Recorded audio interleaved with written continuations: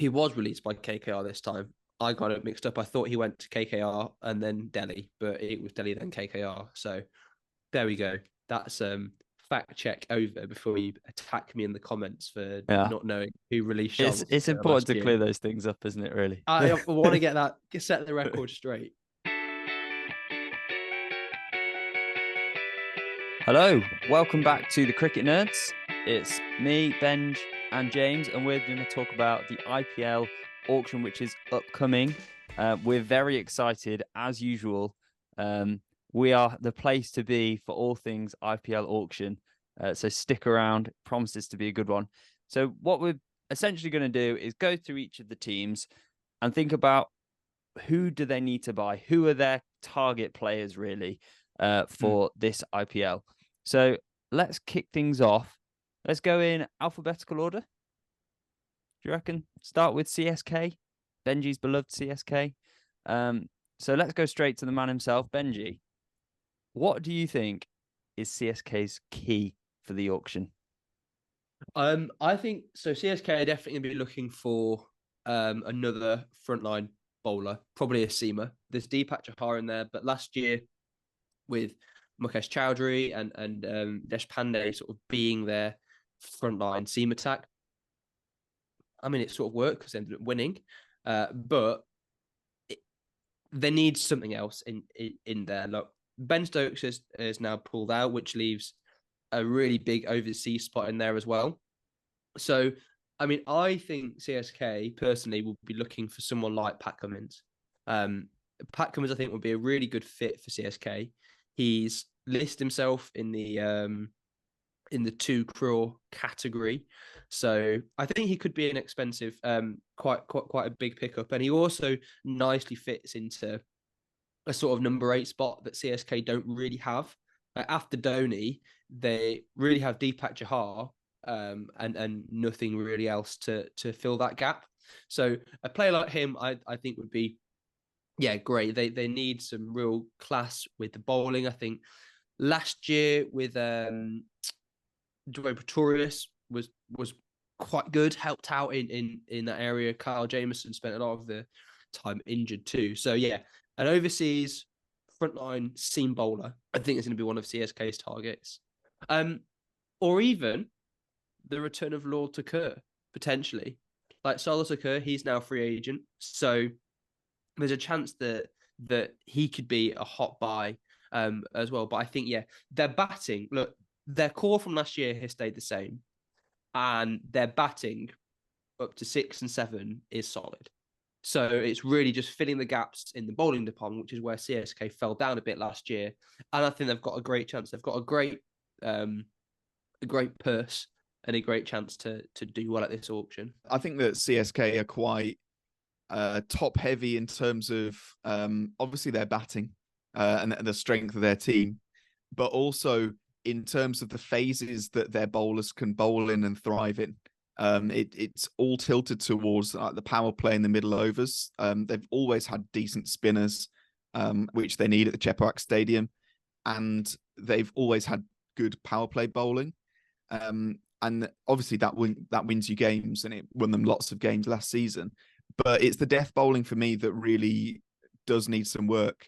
I can see them going quite heavily for Pat Cummins. I think you've picked on a really good one there.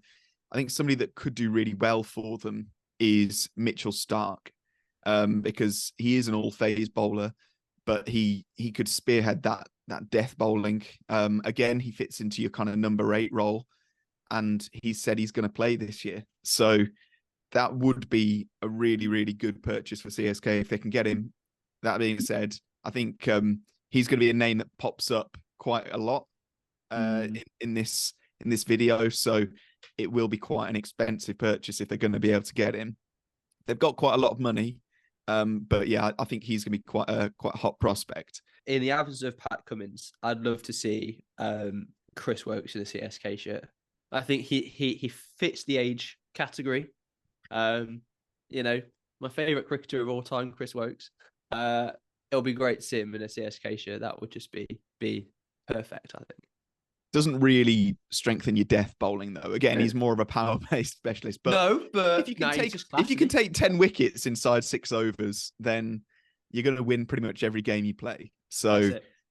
yeah, I think for CSK, Dhoni's the mastermind behind it all, and he brings the best out of all sorts of players. And having someone like Chris Wokes at CSK, if anyone's going to make Chris Wokes bowl incredibly well at the death, I feel like someone like Dhoni as his captain, showing him where to bowl, might be the way forward. So, and I just think CSK, it doesn't matter. I know they've had some years where they haven't done well at all, but I just look at that side and their history of how well they've done in the IPL, and you can never underrate them. They're always gonna, no matter who they buy, they're always gonna fit a strong squad together and perform. I remember that one year where they had Deepak Chahar and Shardul Thakur, and we hadn't really heard of them, and yet they were two of the best bowlers in the competition, and they just came from nowhere. So yeah, you can never write them off, can you? So moving on to Delhi Capitals, in terms of their purse, they're kind of sat in the middle in terms of how much they've got available, but they have a lot of spaces to fill, especially in the overseas. They've got half their overseas slots to fill.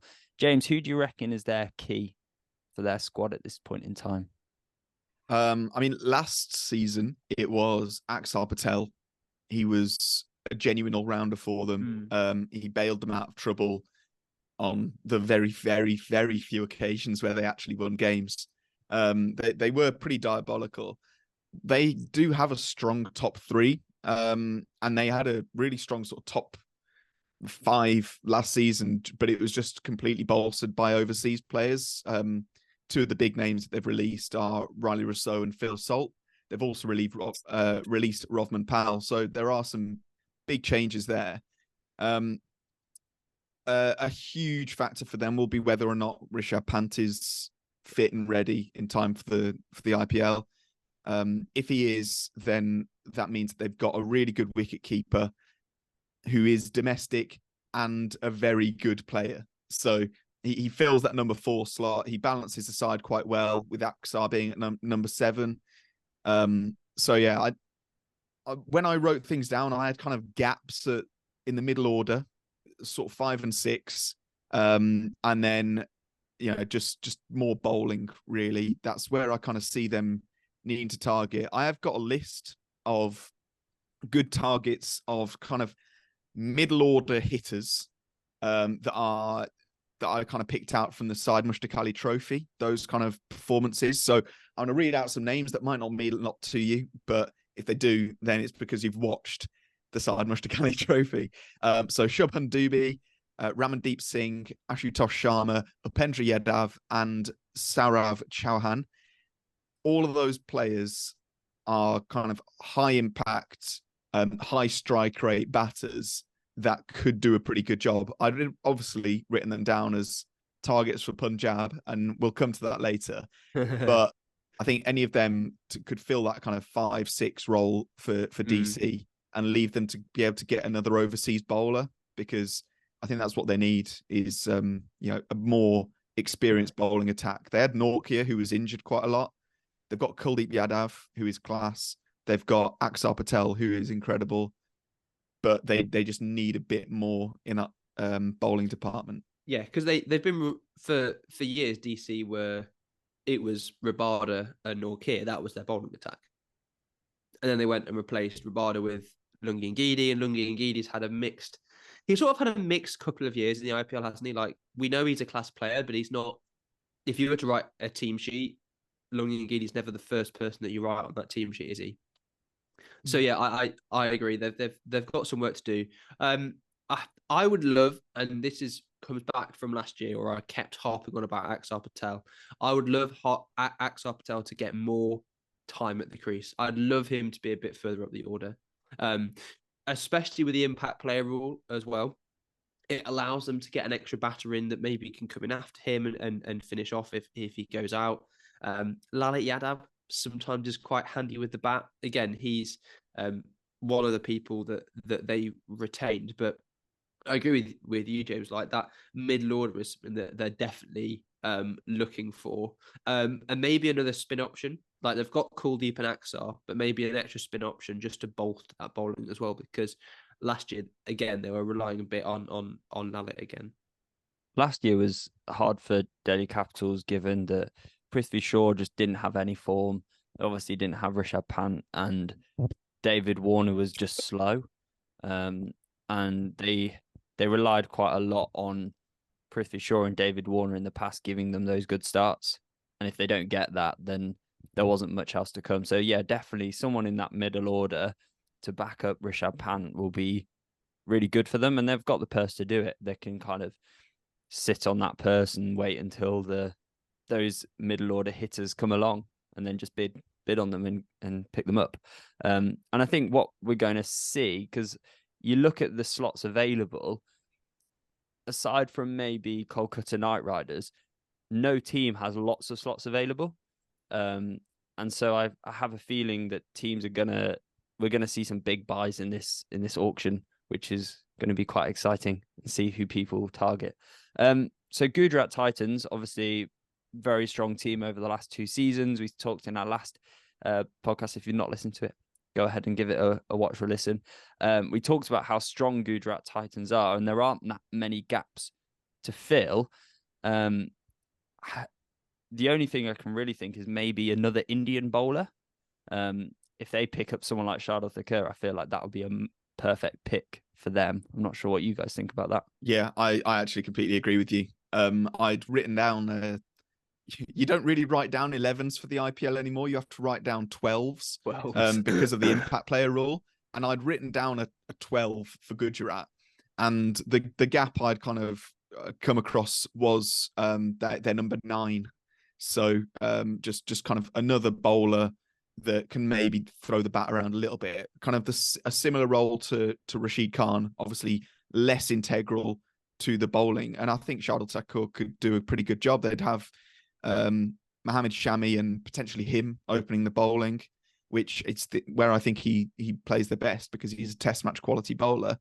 And yeah, I think that would potentially balance them a little bit more because Hardik Pandya did open the bowling for them a bit last season. Again, we still haven't come to the bottom of why they let Hardik Pandya go. Like it seems like such a terrible decision. But it's something they did. And in terms of balancing aside, you don't need an all-rounder anymore. It's a bit sad for me because I think an all-rounder is the pinnacle of cricket. I think that's what everybody should be aiming for when they first start playing. So the impact player rule does kind of take away from that a little bit, but it also means that it's easier to balance aside. You just have to have, 8 good batters or 7 good batters and 5 good bowlers. So, yeah, it'll be easy for Gujarat to make another playoff attaining side, even without Hardik Pandya, I think. But they just need somebody, a bowling all-rounder. So it doesn't really matter who that is. And if they don't play Josh Little, then they could also make that an overseas if they want. Moving on to Kolkata Knight Riders, who have the most work to do in this auction. I mean, they always have a small squad, but with players like Andre Russell, Sunil Narayan still knocking about, and they've got a few good Indian players. Like you think about Rinku Singh and how well he's doing. Nitish Rana is reliable at the top of the order. Chakravarti is obviously a very good spinner, but they just seem to be lacking a little bit. They need a star overseas player, is my opinion. Ben, have you got any suggestions of who they could sign up in that star overseas role? It's hard, isn't it? Because if you look at the people that have put themselves down in the auction, the names come up again. It's Pat Cummins, it's Josh Hazlewood, it's Mitchell Starc, and it's odd because they release Cummins, so like there's obviously something. Whether they're trying to get Pat Cummins back for cheaper, that might be a plan there. Maybe they're trying to rebid for Shardul Thakur to get him to come back to them as well. I think we're going to be repeating a lot of the same names because it's quite a small auction pot, isn't it? Alternatively, they could just be coming in for some completely new blood. They need to, as you say, rebuild pretty much their whole bowling attack. They've got more work than anyone else as well, because in addition to 4 overseas spots, they've got 8 Indian spots to pick up as well. So, and really they've got a large purse, but not the biggest in the auction, 32.7 crore. So I don't really know what they're doing, and what thinking has gone in with the KKR bods in the background. Like, they released Umesh Yadav, who was one of the best bowlers in the IPL last year. So yeah, it's just very confusing what they're doing in terms of targets. I can see them maybe trying to go back for Shuttle Thakur to get him back in. But I think they could be potentially looking for some new blood. So they're okay in sort of the spin department with Chakravarti and Sunil Narayan. So they're mainly looking for pace. I'd like to see someone like Gus Atkinson get a shot. Like, new kid on the block. He's listed himself in the auction, can bowl with that express pace. I'd like to see someone like Gus Atkinson, maybe someone like Gerald Coates as well. Like, I think he had a pretty good World Cup, really. So yeah, I think they're the type of players that they could be looking for. I'd be interested to see them pick up somebody like what's he called? Ben Duckett. Because I think he'd actually got sun in my eyes there. I think he'd actually be a really good fit for the IPL in general. His stats are pretty impressive. He's a very good top order batter. He's very, very good against spin. And obviously KKR are going to be wanting to produce quite spin friendly tracks at home. So yeah, that's going to be what they do. Like you say, Benj, the spinners are so strong with Narayan, Varun, and Suyash Sharma, who was brilliant last year. For me, it's the pacers that they're really lacking in. I could see them going for Harshal Patel. I think he could do a really good job for them, because he also offers that bowling at the death. And then, yeah, just like Zach said, it's star overseas. I don't know why they retained Russell, especially for the amount of money that they retained him for. I think it's a bad tactical decision. I think there are other players that would do a better job. I don't think he's going to bowl that much, at least not that well. So I would rather release him and get Harry Brook in, who can be a kind of a player for the next however long. Yeah.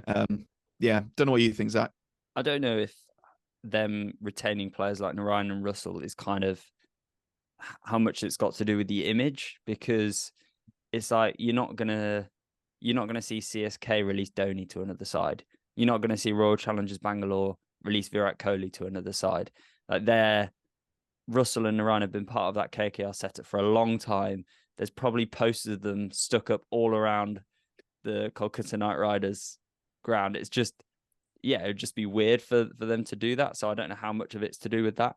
But yeah, I agree. They need to kind of start thinking about the succession.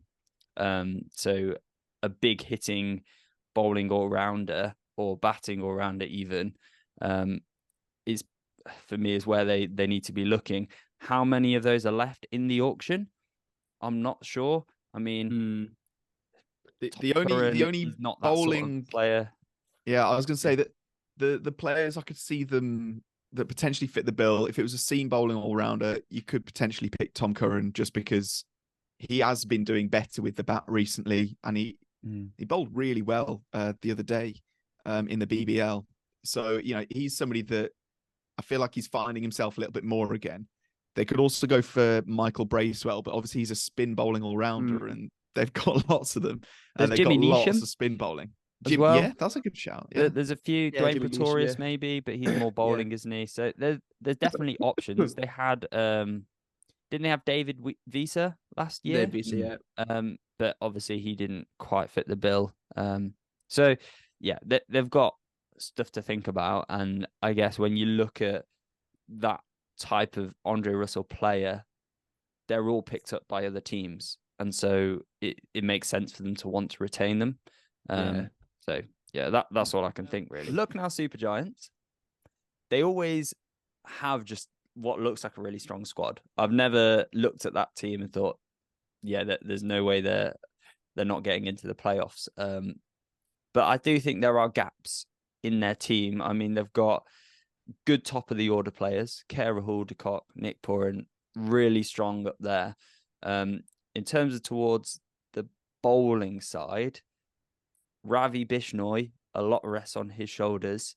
And I know he's now the number 1 T20 international bowler. So well done for him for getting that. Feel like they are maybe looking for a little bit more. Can they rely on Mark Wood in the bowling department, or is he probably won't be able to play every game knowing Mark Wood. So there's some definite gaps in the bowling department yet again. James, you reckon it's just recycled the same old sorts of names for who they could fit into that bowling setup? Quite possibly. I think they've got a cover for Wood in Naveen Ul-Haq, who I think is a really good player. I know he's got kind of ongoing beef with is it with Kohli?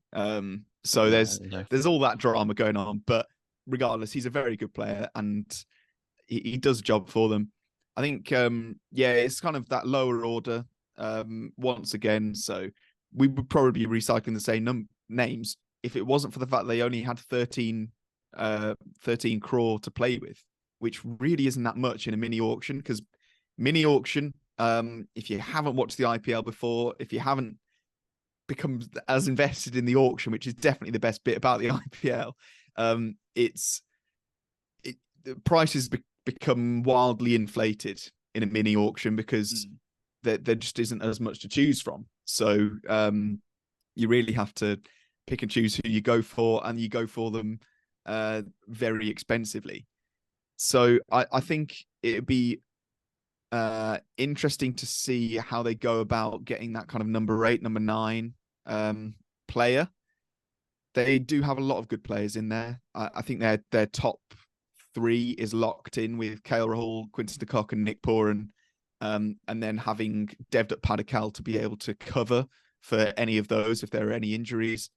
Also having Kyle Mayers to cover. They've just got very, very strong options there. Ayush Badoni, I think he's a superstar at number 6, and having that finishing ability is worth a lot of money. So they've done very well to retain him. And that's a theme across a lot of the franchises. Is a lot of them have managed to retain players that are very, very good for not much money at all. Yeah. So that's a testament to those franchises, because you can guarantee a lot of those players would get a lot more money if they went back to auction. I'm interested to see how Lucknow go. They've got a strong core, as we've said, but I think there are gaps in that bowling department, and that's the reason that they couldn't really take it that much further last year. Yeah, I mean, when I look at their squad, and I think if they're going to have that squad that can take them to their playoffs, then if you're a Lucknow Super Giants fan, you'd be hoping that they have some very good fast bowling scouts who can look for those Indian talented players and get those in the squad, because they've only got 6 slots available, 4 of those for the Indian talent, and that seems to be their issues at the moment. So before we look at the other 5 teams in the IPL, just thought we'd take this opportunity to mention that if you would like to support us even more than you already do, then you can join us as a certified cricket nerd member by clicking the membership next to the subscribe button below, and it gives you access to all sorts of perks. And if you do that, it'll be greatly appreciated. So let's move on. Let's talk about Mumbai Indians, who are the next team. Always a strong team, always contenders. And do you reckon with Hardik, that's kind of just, right, we'll give you the title now? Or do you think there are still options for them to look further, James? I think it puts them in an incredibly strong position going into the auction. That's what I think it does. I wrote down a 12 for Mumbai Indians, and I've had the top I mean, you could feasibly put the top 6 as Indian players, and it's still one of the best top 6 in the league. So if you have Rohit, Ishan Kishan, Sky, Tilak Varma, Nehal Wadhwera, and Hardik Pandya, you've then got Tim David is your first overseas, coming in at 6 or 7. I had a blank at 8 and 9. We can get them at the auction. Piyush Chawla, who was really good. Jasprit Bumrah, who's the best bowler. And I put Jason Behrendorff in because he's a very talented bowler, but you can buy anybody you want. The thing that Mumbai's trades have done, and they've gamed the system quite well, is it's given them one of the best all-rounders in exchange for an up-and-coming all-rounder. And they've still got a massive purse for auction. So, you know, the way that they've managed to kind of play Gujarat and RCB off each other to put themselves in probably the best position going into the auction is admirable. And Mumbai, once again, they're tactically I think they're the best team in terms of just backroom staff and statisticians and tactics. So going into the auction, I can see that I think they've got, was it 17 crore, something like that, 17, 18 crore? Yeah, one of the smallest purses. Yeah, but it's enough because they've only got to really fill a couple of places, and they can just get high quality overseas all-rounders or overseas bowlers. If they wanted to, they could potentially buy Mitchell Starc, who I think would be incredible for them. Then they've got 2 of the best all-phase players in T20 in the world, in Bumrah and Starc. They've got... I'm going to hand over to Benji, actually, because I think you'll probably have a couple of suggestions as well. But the main thing I want to highlight is how strong a position they've put themselves in. This is the thing with Mumbai. Like they're this massive franchise now that are starting to consider these multi-franchise deals. And yeah, it's really interesting what they're doing. They could even go big for a high ticket top order bat, because all that does is strengthen that team. Like you say that you can have a full Indian team through 1 through 6, but if you were to fit someone in like a Travis Head into that mix who can be properly destructive, a Riley Russo who had quite a good year last year, even someone like Phil Salt could really do a job for them. Like any of these players could come in and help them out. As you say, Mitchell Starc in the bowling would be fantastic. Like Starc and Bumrah on the same team, that's just scary. I suppose for Mumbai, their main area of weakness is still probably their spin bowling.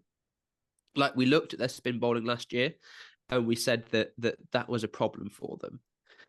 So maybe looking for a really high class spin bowler. So they could look for maybe a Majib. Maybe they could go for an Adil Rashid, or because there's not a lot of Hasaranga as well. You stole my outside pick from Mumbai Indians. Yeah, there. Yeah, because there's not a lot of Indian spin talent really going in the auction.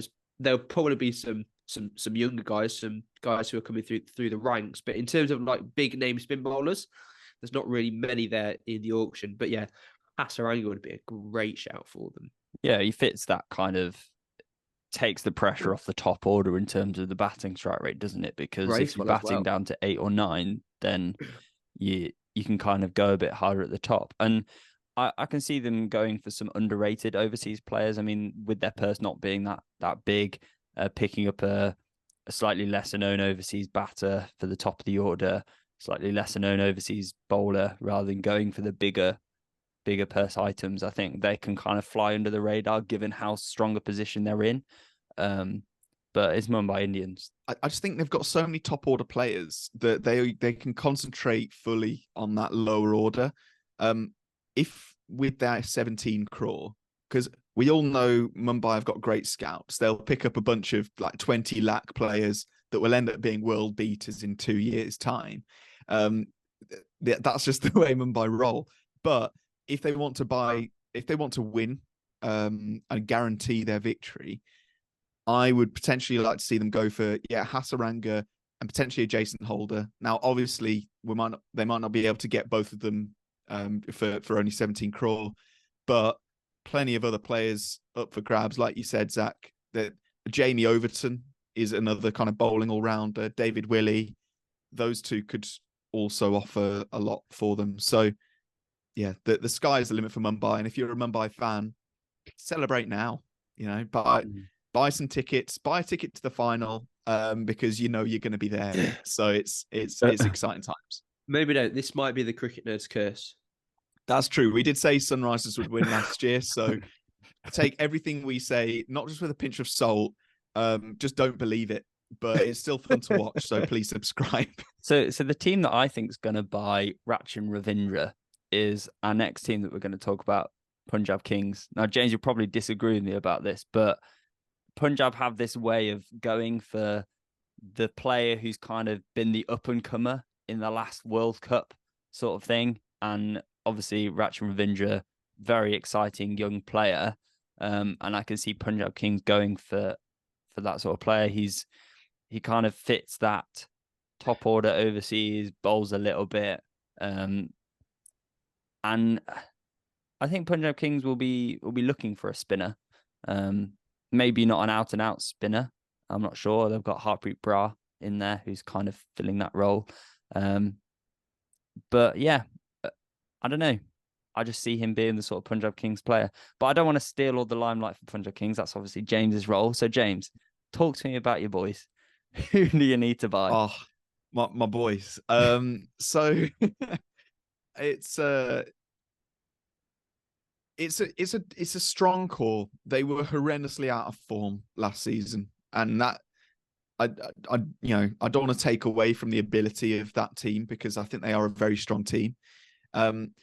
It's quite easy to kind of fill the overseas slots now without having to buy any other players, and that's one of the reasons why I'd be reluctant to say that they'd go for Rachin Ravindra. You're absolutely right.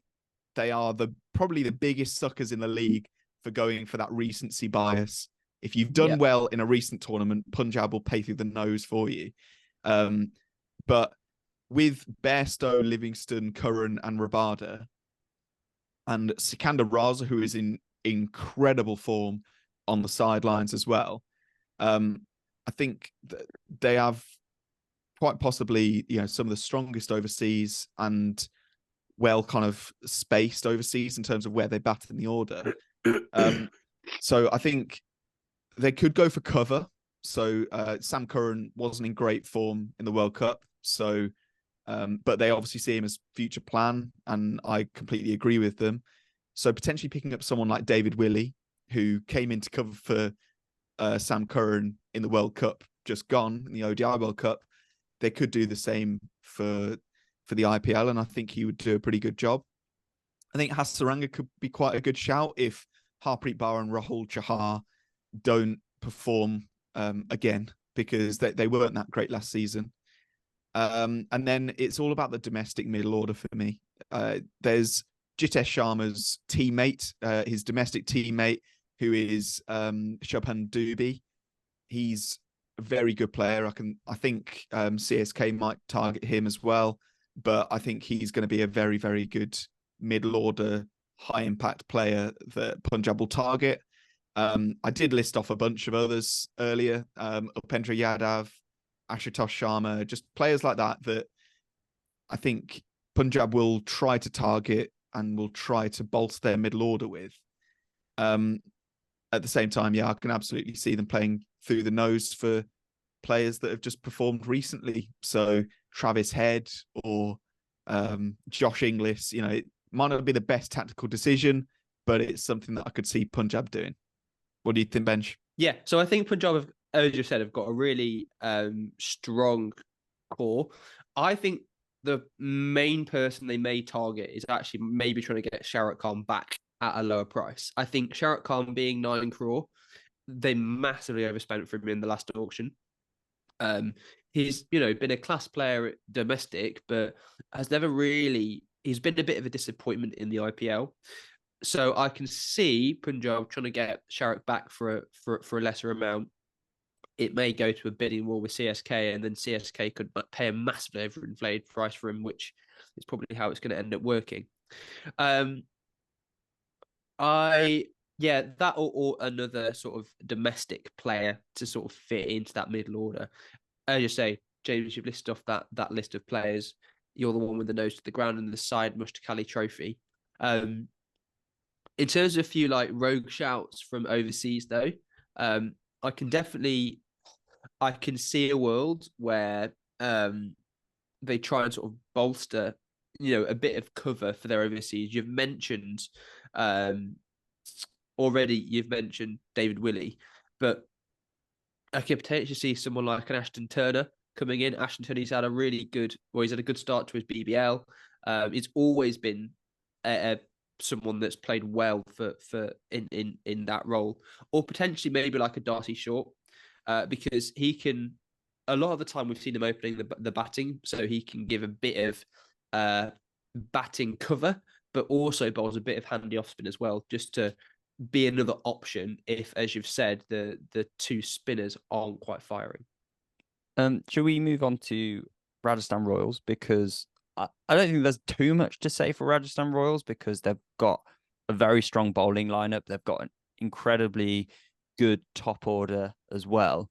I think given that and their small purse, it kind of gives them a bit of freedom to kind of look for someone who's not necessarily the best bowler in the world, but can bowl you 4 overs, but also tonk it around. So maybe like a David Willey player, Dwayne Pretorius, maybe I can see them getting that sort of option. But my outside thing for Rajasthan Royals is Harry Brook. Josh Buttler being a big part of that team. I don't know. I just see them maybe bringing in someone like a Harry Brook to bat ahead of Shimron Hetmeyer, because that would create a very scary middle order. And I don't see where else Harry Brook would go, really. So I'm not sure on your guys' thoughts. I definitely agree that Harry Brook needs to bat in position if he's going to be picked up again. I think he will be picked up again because he's obviously so talented. But I don't think he'll go for as much money. And I also don't think he'll be used as an opener, which is what Sunrisers were doing last time. And we'll go on to Sunrisers, how they kind of, in retrospect, screwed the pooch on who they were buying. But I'd be very interested to see if Rajasthan go for Harry Brook, because he slots very nicely into that kind of 4 or 5 role, leaving Hetmeyer and then Dhruv Jurel, who's a very good domestic player. I'd like to see them play Donovan Ferreira a little bit more, because I think we saw what he could do in the SA20, and he's an exciting player. I think he could do very, very well for Rajasthan. They did retain him, so the only gap I really saw when I drafted a 12 was a number 7, which again was what you were saying, and that with the impact player, that could just be an out-and-out batter. That could just be a finisher. So even somebody like a Shahrukh Khan, all those domestic finishers that we've kind of outlined, they could come in and do a really good job, because the overseas they've got Buttler, Shimron Hetmeyer, Trent Bolt, Donovan Ferreira, if they want to play him, Adam Zampa, based on the pitch, they can just play the out-and-out batter, really strengthen that batting lineup, and their bowling is so strong. Like they've got Ashwin, Sandeep Sharma, Trent Bolt, Yuzvendra Chahal, and Prasid Krishna. Not Navdeep much Saini. death bowling. Navdeep Saini. I guess he could fill in the death bowling if they need him to. But they are match winners, all of them. They've won matches before, so incredibly strong position. They don't have many gaps at all. They could be a really strong team for this year. Again, I would love to see Harry Brook in there. I think trading out Devdutt Padikkal for Harry Brook, an opener for a genuine number 4, it just makes that team click so much more. Great shout. So, Zach, let's go on to the beloved RCB. Tell us, what are your thoughts? You must have been doing some thinking about this. So what I want out of this auction for RCB is they've got lots of players who can bowl them back. They've got lots of all-rounder options in Glenn Maxwell, Cameron Green. There's a few good young Indians as well who also have that all-rounder role. So I want us to bat deep. I want us to bat till 8. Even if we've just got a specialist batter coming in at 8, I think that's what RCB need. But also, we need, and this is something that RCB have never really had since 2016, when we had Mitchell Starc bowling, we haven't had that top quality bowler like a Jasprit Bumrah, for example, who you can just call upon to get you wickets at any stage and bowl well at the death. And so I want us to get Mitchell Starc back because he also provides that left arm like Reece Topley. But we know that Reece Topley isn't going to play the whole tournament because he's probably going to get injured in the first game because he's taken out the drinks and tripped over or something. That's going to happen. So we need someone who's a bit more reliable. And I think Mitchell Starc is kind of he's a step up from Josh Hazlewood as a 2020 bowler, in my estimation. And I think having him in, as well as some strong Indian talent within that lower middle order, if we can get that in, I think we'll have a good side. But it's whether we can find those players or not. I completely agree with you.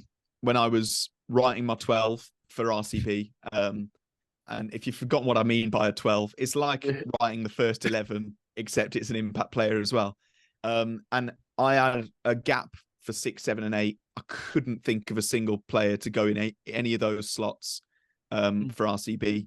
They're going to have to play Dinesh Karthik again at the moment, which he didn't look that good last season. So hopefully he can regain his form from previous seasons. Otherwise, they're going to need some very good sort of domestic wicket-keeping cover. And then, the bowling attack. They've got Mohammad Siraj, who is the leader. He's an incredible power play bowler. He can pick up wickets. I think Mitchell Starc would be a brilliant comeback for them. It'd be great for the brand as well. A bowling attack was what I put as a target. They just need to rebuild a bowling attack and a lower middle order. And that's quite a tall order for 23 crore. But if they can make some shrewd purchases for domestic players, then I think they're all right. Well, what we do have is some very good young Indian players. I mean, Rajat Patidar missed out on all of last season through injury, and he'd scored a century in the playoff game, I think it was, in the qualifier in the season before. He's a very good young Indian batsman. You've also got Suyash Pravadesai, who's another good young Indian batsman, and also Mahopal Lomrel. So we've got some Indian talent in there. And what we need is I think having someone like a Cameron Green is actually a good fit because he provides a bit of that more experience, a stronger player sort of thing. And having those strong players batting around the young Indian players, we kind of have a bit of a middle order going on. Young Indian order, I just want them to bat deep because we've got those all-rounders in there as well. It's just such a stacked squad, though, isn't it? Because, again, you look at that squad and you've got Will Jacks, who could probably walk into a lot of these teams, but I struggle to fit Will Jacks into the 12 for RCB with the 4 overseas. And also because Kohli and Faf will open up the innings. So, like, where are we really going to fit him in? He's not really a number 4. So, it's just quite difficult. He's almost in there as cover, especially with Cam Green coming in.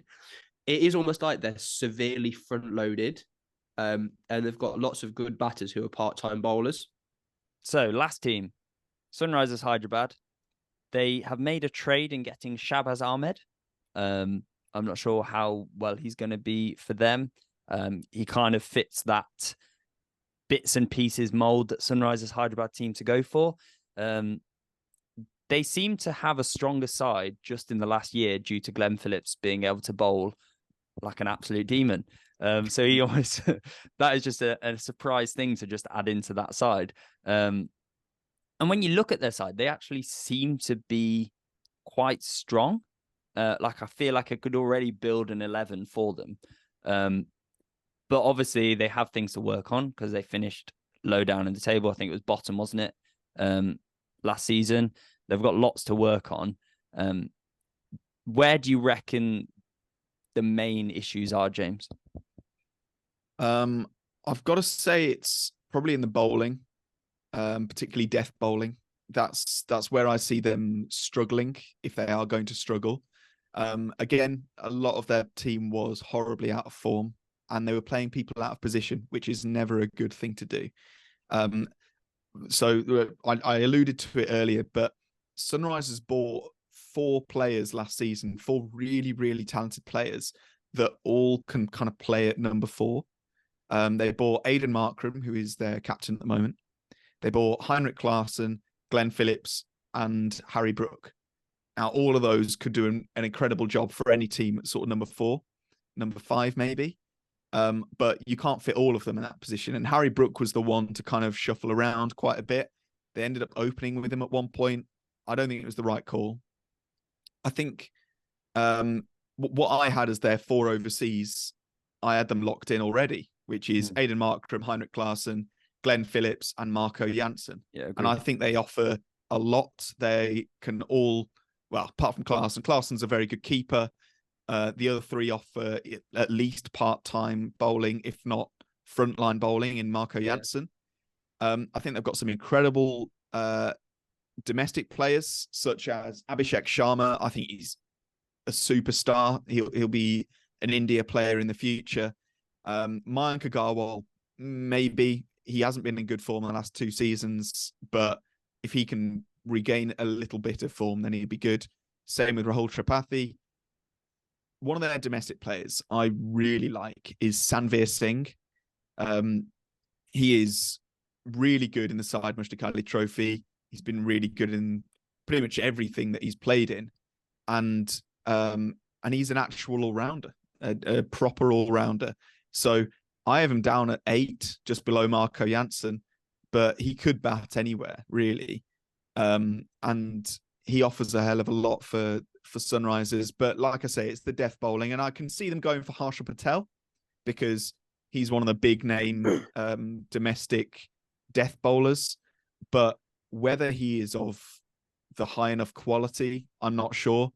They do have Natarajan as well, who in the past has been a really good Yorker specialist. But, you know, I think he's suffered some injuries and he hasn't been that great. So it'll be really interesting to see how they go. But I'm interested to know what you guys think on kind of a health check of Sunrisers. I sort of disagree with Sunrisers with you about their seam bowling being the issue.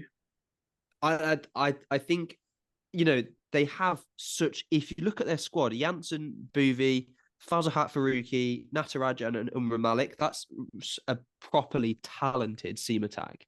I think they just need to probably invest some time into Umar Malik to develop him into a death bowler rather than just be express pace through the middle or overs. I think if he can give a couple of overs at the middle and then some control Yorkers at the death, he's going to be a phenomenal player. I think their biggest area of weakness is spin, because if you look at their spin attack, it's part-timers. Apart from Mayank Markande as well. You've got Mayank Markande, yeah, but you've got Washington Sundar and Mayank Markande. But then there are other part-timers with, you know, it's Glenn Phillips, it's Aidan Markram, it's a bit of Rahul Tripathi if they're really going mental. So there's what I think they're missing, is like a real top quality spinner. So I think that's what they're going to be looking for in the auction. And, you know, they've got enough purse to do it, 34 crore. It's just, for me, it's seeing if Sunrisers will spend their money efficiently, which they just haven't done in the past. Yeah. Well, that's all to look forward to, isn't it? The auction coming up the 19th of December. So 10 days away for us. Can't wait. Looking forward to it. And hopefully you are all too. So make sure you stick around. If you've enjoyed this video, maybe give a subscribe if you aren't already. Give us a like. It means a lot. Let us know in the comments, what are your thoughts on the teams? Who do you think is in the best position going into this auction, aside from Mumbai Indians? Because they just look really strong, don't they? But yes, thank you so much for watching.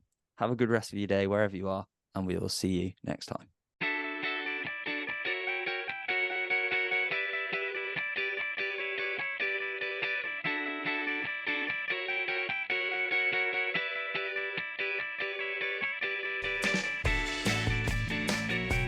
as a bat grip thing. Yeah. I'm really glad that I stopped saying what I was about to say just then.